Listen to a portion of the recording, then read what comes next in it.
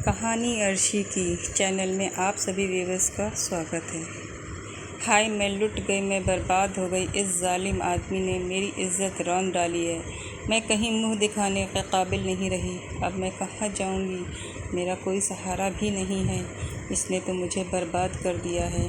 किराए के पैसे लेने आया था और मुझे ही लूट लिया। मैं रो रो कर ऐसा हंगामा मचाया कि हर कोई मेरी हालत देखकर अपने आंसू रोक न सका था। मुझे बचपन से ही ड्रामा करने का बहुत शौक़ था और आज मैंने ऐसा ड्रामा किया था कि हर कोई मेरे झूठे ड्रामे में फंस गया था। पूरा मोहल्ला हमारे घर में इकट्ठा हो गया था। सबकी हमदर्दी मेरे साथ थी। हर कोई मेरे मकान मालिक को बद्दुआएं दे रहा था और मेरा मकान मालिक हर किसी को अपनी बेगुनाही बता रहा था। लेकिन वहाँ मौजूद लोगों में से किसी को भी इसकी बात पर भरोसा नहीं था। मैं एक जवान लड़की थी और मेरी हालत बहुत ख़राब थी, इसीलिए हर किसी की हमदर्दी भी मेरे ही साथ थी। मैं रोते रोते तिरछी निगाहों से अपने मकान मालिक को देख रही थी, जो अपने आप को इस भीड़ के गुस्से से बचाने की कोशिश कर रहा था।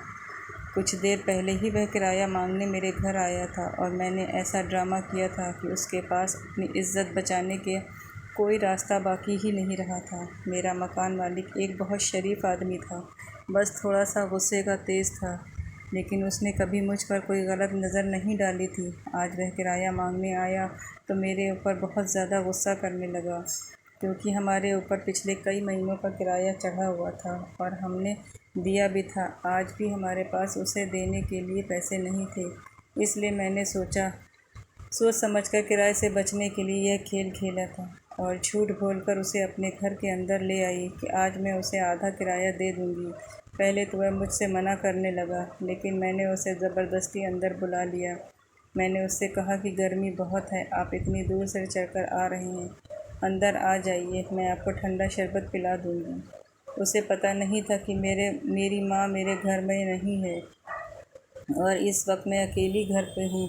वह बेचारा तो अनजाने में ही मार खा गया। मेरे बार बार कहने पर वह घर के अंदर तो आ गया और मौका देखकर बिस्तर पर बिछी चादर को खींचकर नीचे फेंका, अपने बालों को नोचा और फिर बहुत तेज़ी से अपने कपड़ों और आस्तीन को फाड़ दिया। मैंने खुद ही अपने हाथों से अपने कंधे को इतनी ज़ोर से दबाया था कि उंगलियों के निशान पड़ गए थे। मैंने यह सब कुछ इतनी चालाकी से और इतनी जल्दी में किया था कि मेरे सामने खड़ा मेरा 30 साल का मकान मालिक हक्का बक्का रह गया था।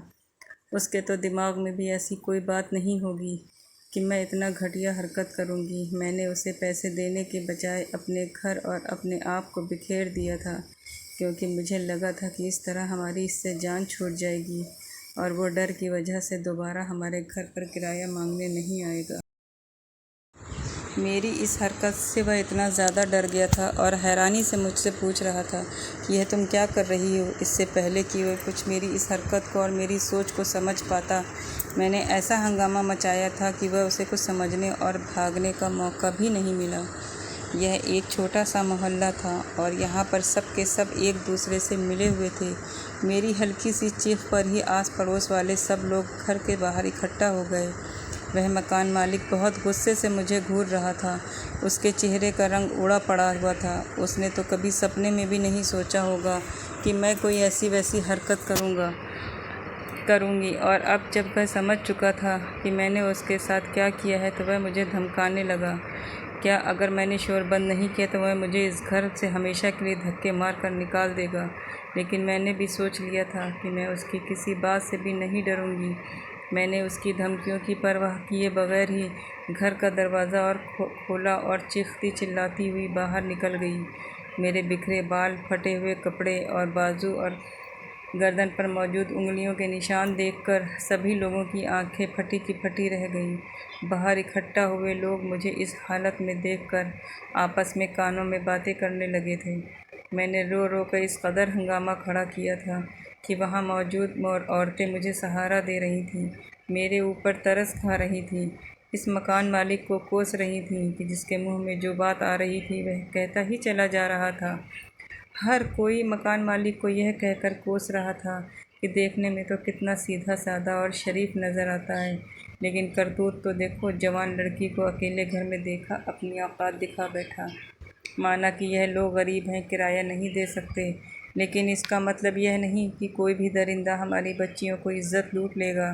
यह लड़की सिर्फ अपनी माँ की ही नहीं बल्कि हमारे मोहल्ले की भी बच्ची है, और मकान मालिक की यह घटिया हरकत पर हम लोग चुप नहीं बैठेंगे। पूरा मोहल्ला ही मेरा हमदर्द बन गया था। सब वही लोग थे जिन्होंने हमारी गरीबी का कभी एहसास नहीं किया था, और न ही कभी हमारे घर होने वाले फाकों का इससे पहले हमें कोई पूछता भी नहीं था। लेकिन अब इस तमाशे में सब बराबर का हिस्सा ले रहे थे। कुछ लोग तो आग में घी डालने का काम कर रहे थे और मकान मालिक पर चढ़ कर हमला करने की कोशिश कर रहे थे। इस हंगामे के बीच मेरी माँ भी बाज़ार से लौटकर आ गई, और वह ये सब मंज़र देखकर हैरान रह गई और खूब ज़ोर ज़ोर से रोने लगी। अम्मा को पता नहीं था कि मैंने ये ड्रामा किया है। अम्मा भी दूसरों की तरह मकान मालिक को ही गलत समझ रही, और मोहल्ले वाले ने जब मेरी अम्मा की ऐसी हालत देखी तो मकान मालिक को गुस्से में कहने लगी कि तूने इस लड़की की इज़्ज़त पर हाथ डाला है, अब इस बेचारी को कौन अपनाएगा। यह तो सारी ज़िंदगी अपनी माँ पर बोझ बन जाएगी। तुझे तेरे किए की सज़ा मिलनी ही चाहिए, इसलिए तू इस लड़की से शादी करेगा और यह घर भी इसके नाम करेगा, वरना हम तेरा इस मोहल्ले में कदम रखना भी मुश्किल कर देंगे और पुलिस में भी तेरे ख़िलाफ़ रिपोर्ट लिखवा देंगे। मकान मालिक ने यह सबको बहुत समझाने की कोशिश की कि उसने कुछ नहीं किया है, वह एक शरीफ शादीशुदा आदमी है, लेकिन उसकी बात पर किसी ने भरोसा नहीं किया और सब ने मिलकर उस पर इस कदर दबाव डाला कि वह राज़ी हो गया। लेकिन इस सारे ड्रामे में मैंने इस निकाह के बारे में नहीं सोचा था। मैंने तो सिर्फ यही सोचा था कि मैं उसे बदनाम करवा कर इस मोहल्ले से निकलवा दूंगी, और फिर वह खुद ही डर की वजह से कभी इस घर का रुख नहीं करेगा। लेकिन मोहल्ले वालों ने तो हमारे निकाह का शोर खड़ा कर दिया था, जबकि मुझे अच्छी तरीके से पता था कि वह मकान मालिक एक शादीशुदा आदमी है। फिर मैं कैसे उसके साथ निकाह कर सकती थी, और निकाह के बाद तो न जाने वह मेरे साथ क्या सलूक करता। इसलिए मैंने उस निकाह से मना करना चाहा, लेकिन वहाँ पर जितनी भी औरतें खड़ी थीं सब मिलकर मुझे समझाने लगीं, कहने लगीं, अब तुम्हें कोई नहीं अपनाएगा, तुम्हारा आने वाला कल बर्बाद हो जाएगा, अब तुम किसी को कैसे मुंह दिखाओगी, लोग तुम्हें ताना देंगे, इसलिए बेहतर है कि तुम अब इसके साथ शादी कर लो। मेरा खेल मुझ पर ही भारी पड़ गया था। मेरी अम्मा भी मुझे समझाने लगी कि जो कुछ हो चुका है उसे भूल जाओ। मकान मालिक एक अच्छा आदमी है, वक्ती तौर पर शायद शैतान के बहकावे में आ गया होगा। तुम इससे इसी वक्त शादी कर लो, ज़िंदगी तुम्हारी संवर जाएगी। वैसे भी हम इतने गरीब हैं, तुम्हारे सर पर बाप का साया भी नहीं है, भला तुमसे कौन शादी करेगा। और फिर सब लोगों ने मिलकर मुझे इस निकाह के लिए मजबूर कर दिया। इतने लोगों की मौजूदगी में ज़बरदस्ती हम दोनों का निकाह करना पड़ा, और मकान मालिक को हक़ महर में यह घर भी मेरे नाम लिखना पड़ा, जिस घर के किराए के लिए वह इतना हंगामा खड़ा किया करता था। अपनी इस जीत के लिए मैं दिल ही दिल में बहुत खुश हो रही थी। मैं सोच रही थी मेरा प्लान कामयाब हो गया, और अब तो यह घर भी मेरे नाम हो गया है। अब हमें इस घर का किराया देना नहीं पड़ेगा। लेकिन दूसरी तरफ इस निकाह ने मुझे परेशान कर रखा था। अब मैं पता नहीं कैसे इस मकान मालिक से अपनी जान छुड़वाऊंगी। मुझे कुछ समझ नहीं आ रहा था। निकाह के बाद लोगों की भीड़ धीरे धीरे कम होने लगी, और कुछ ही देर में वहाँ पर सिर्फ मैं और मेरी माँ और मकान मालिक ही रह गए। मुझे लगा था कि वह मकान मालिक मुझे कोसेगा और मुझे बुरा भला कहेगा और वहाँ से चला जाएगा, लेकिन सब कुछ उल्टा हो रहा था। मकान मालिक ने मेरी माँ की तरफ देखा और कहने लगा, अब आपकी बेटी मेरी बीवी है, इसलिए आज से ये घर में नहीं रहेगी, मैं इसे अपने घर लेकर जा रहा हूँ। मकान मालिक की यह बात सुनकर मेरे होश ही उड़ गए। मैंने सोचा भी नहीं था कि अब इससे आगे मेरे साथ क्या होगा। मुझे इस बात का भी अंदाज़ा नहीं था कि वह अभी मुझे अपने साथ ले जाने की बात करेगा, जबकि वह पहले से शादीशुदा भी था। उसके घर में उसकी बीवी पहले से थी, लेकिन उसने मेरी कलाई को ज़ोर से पकड़ा और मेरे 1000 बार मना करने के बाद भी मेरी माँ से कहा, आज से आपकी बेटी आपके घर से रुखसत हुई। अब यह मेरी ज़िम्मेदारी है और मेरे साथ ही रहेगी, और यह घर आज से आपका है। आप इसमें चैन सुकून से रहिए। आज के बाद मैं आपसे किराया मांगने भी नहीं आऊँगा। वह आदमी मुझे गुस्से में खींचता हुआ अपनी गाड़ी में बैठाकर अपने घर ले गया। उसके साथ अकेले गाड़ी में बैठते ही मेरे हाथ पैर कँपने लगे, क्योंकि अब ना ही मेरी माँ मेरे साथ थी और ना ही मेरे मोहल्ले वाले। आगे पता नहीं मेरे साथ क्या होना था। अब जो कुछ भी यह आदमी मेरे साथ करता वह मुझे अकेले ही झेलना था। मैं नहीं जानती थी वह मुझे कहाँ लेकर जा रहा है। मकान मालिक की आंखों में गुस्सा और नफ़रत देखकर मेरी तो जान निकल रही थी। 1 घंटे के सफ़र के बाद गाड़ी एक छोटे से मकान के आगे रुक गई। वह मुझे गाड़ी में ज़बरदस्ती उतारकर घर के अंदर ले गया और एक कमरे में ले जाकर मुझे पटक दिया। मुझे ऐसा लग रहा था जैसे क़यामत आने वाली हो। अब मैं उसकी बीवी थी और वह मुझ पर पूरा हक़ रखता था। वह मेरे साथ कुछ भी कर सकता था। पता नहीं वह मेरे साथ कैसा सलूक करता। यहाँ तो कोई मुझे बचाने वाला भी नहीं था। लेकिन इस वक्त वह मुझसे बिना कुछ कहे कमरे से बाहर चला गया। मैंने बहुत चालाकी से जो तमाशा खड़ा किया था वह ख़त्म हो चुका था और अब मुझे डर लग रहा था। पता नहीं आगे मेरे साथ क्या होने वाला था। मैं अपने खड़े किए तमाशे पर ही पछता रही थी। यही सब बातें सोचकर मैं रोने लगी। अभी मुझे रोते रोते थोड़ी ही देर हुई थी कि कमरे का दरवाज़ा खुला और एक बहुत खूबसूरत जवान लड़की मेरे कमरे में आ गई। वह इतनी खूबसूरत और गोरी थी, मैं उसे देखती ही रह गई। मैं पहली नज़र में ही उसे पहचान गई थी कि वह मेरी मकान मालिक की पहली बीवी है। उसे देखते ही फ़ौरन मेरे दिमाग में यह बात आई, जिस आदमी की पहली बीवी इतनी खूबसूरत और हसीन हो, वह मुझ जैसी लड़की पर क्यों नज़र डालेगा। जैसे जैसे वह मेरी लड़की मेरे करीब आने लगी, मेरे होश उड़ने लगे। मुझे डर लग रहा था, पता नहीं वह मेरे साथ क्या सलूक करेगी, क्योंकि कोई भी औरत अपने शौहर को किसी दूसरी औरत के साथ नहीं बांट सकती थी। जिस तरह आज हमारा निकाह हुआ था, उसके बाद तो मुझे इस लड़की से किसी भी अच्छाई की उम्मीद नहीं थी।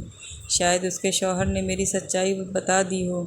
शायद वह जानती हो कि मैंने किस तरह उसके शौहर पर झूठा इल्ज़ाम लगाकर उसे फंसाया है और पूरे मोहल्ले के सामने उसे बेइज्जत किया है।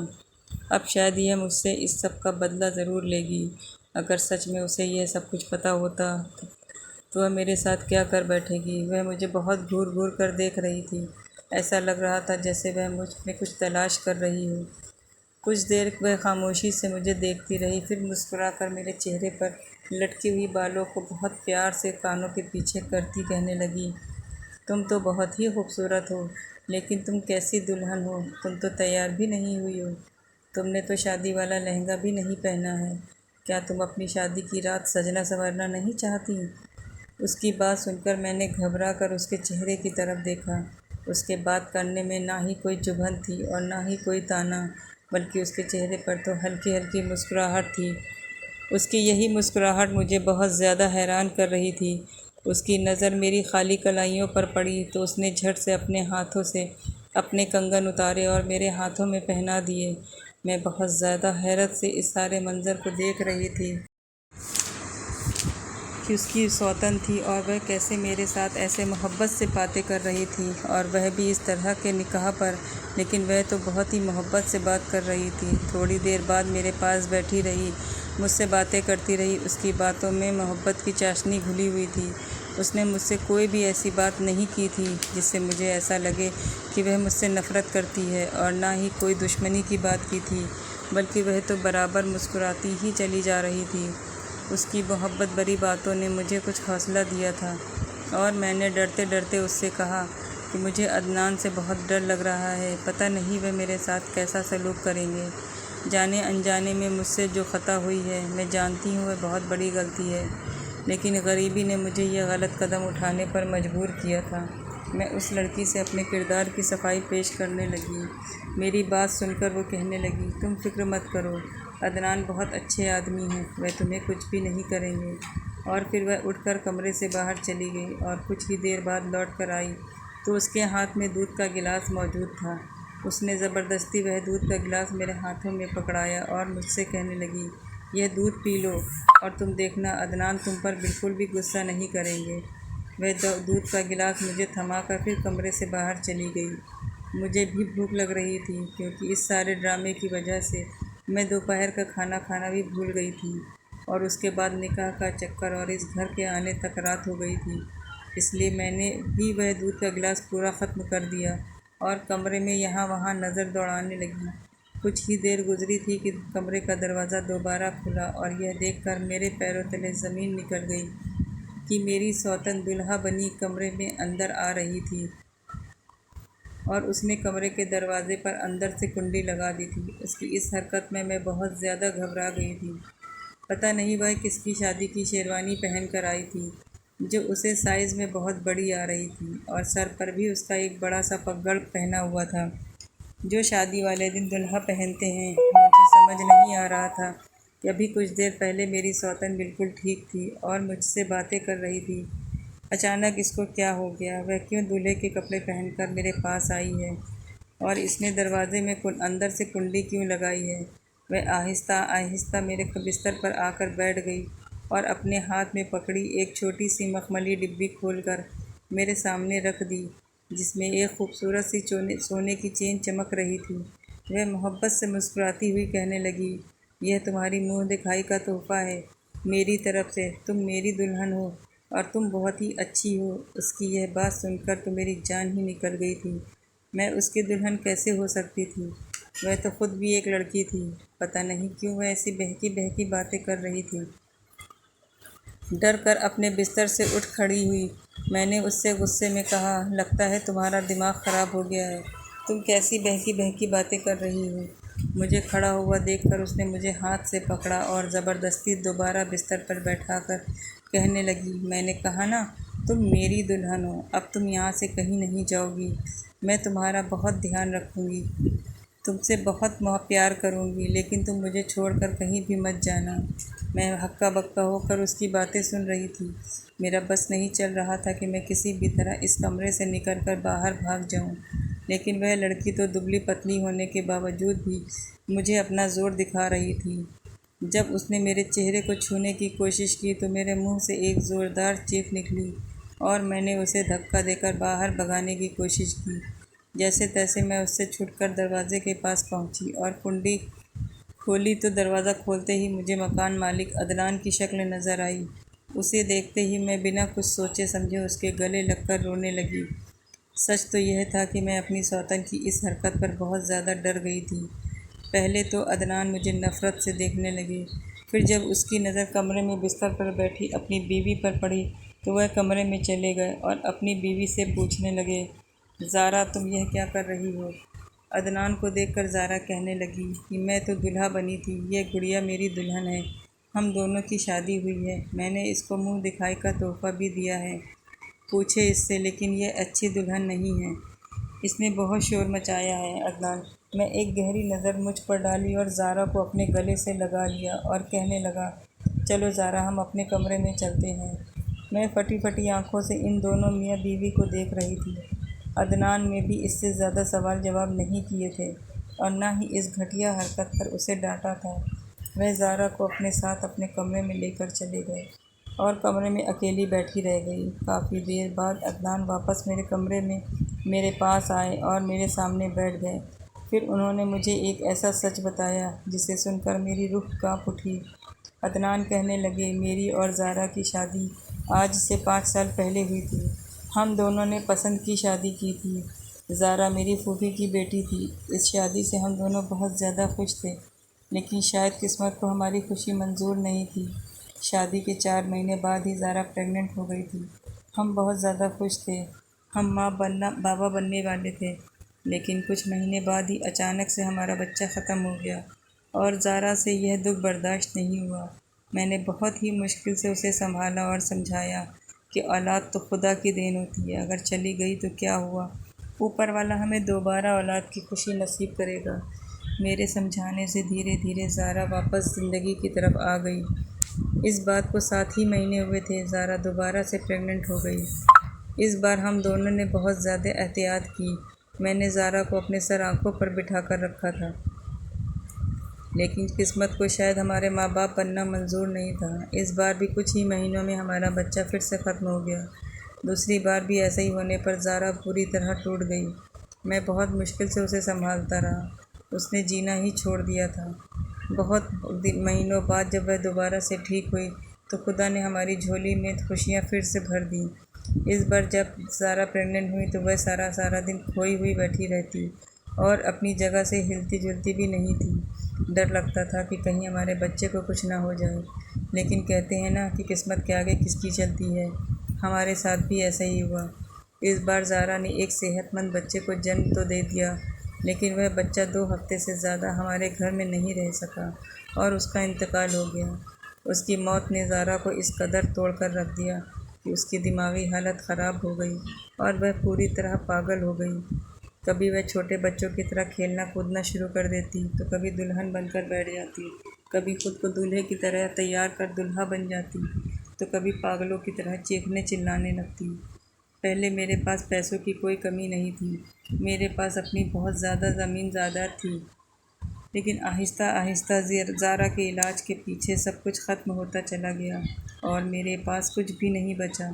अभी इस हालत में ज़ारा को अकेला नहीं छोड़ना चाहता था, इसलिए मैंने अपने कारोबार में अपना ध्यान हटा लिया और अपना सारा ध्यान और वक्त ज़ारा को देने लगा। फिर सब कुछ बर्बाद होता चला गया।